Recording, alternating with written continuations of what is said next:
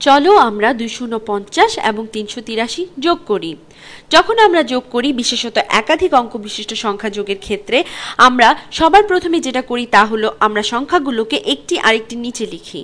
তাহলে আমরা লিখছি 249 যোগ 383।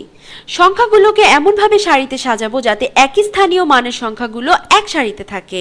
এখানে যেমন 9 এবং 3 দুইটি আছে এককের ঘরে, 4 এবং 8 দুইটি আছে দশকের ঘরে, 2 এবং 3 এরা আছে শতকের ঘরে। যদি আমাদের হাজারের ঘরের অঙ্ক থাকতো তাহলে তারা এখানে শতকের বাম পাশে বসে যেত। সবচেয়ে সহজ হচ্ছে এককের ঘরের সংখ্যাগুলোকে ডানে এক সারিতে লেখা। এখন আমি তোমাদের যোগ করার নিয়ম দেখাচ্ছি, এতে তোমরা বুঝে যাবে কেন এটা এত সহজ। আমরা এককের ঘর থেকে শুরু করছি। প্রথমে দেখি 9 আর 3 যোগ করলে কি হয়। 9 আর 3 যোগ করলে হয় 12। 12 এর একটা আমি অন্য রঙে দিলাম, আর তার একটি কারণও আছে।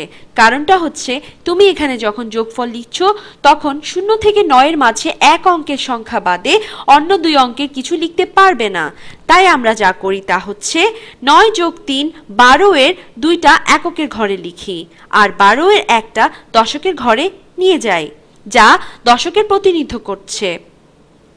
এখন আমরা এই 10, 40 আর 80 যোগ করব। তাহলে 1 আর 4 আর 8 যোগ করলে যা হবে তা হলো 13, অর্থাৎ 1 যোগ 4 যোগ 8 হবে 13। এটি আসলে 130, কিন্তু এত চিন্তা করতে লাগবে না। আমরা 3টা দশকের ঘরে বসাবো। আমরা এই 13-র 3টা দশকের ঘরে বসাবো। চলো 130-এর এই 3 দশকের ঘরে বসাই এবং এই 1 আমরা নিয়ে শতকের ঘরে বসাবো, আর শতকের ঘরেও একই প্রক্রিয়া চালাবো। তাহলে 1, 2 আর 3 যোগে আমরা পাই, অর্থাৎ শতকের ঘরের 1 যোগ 2 যোগ 3 করলে আমরা পাই 6।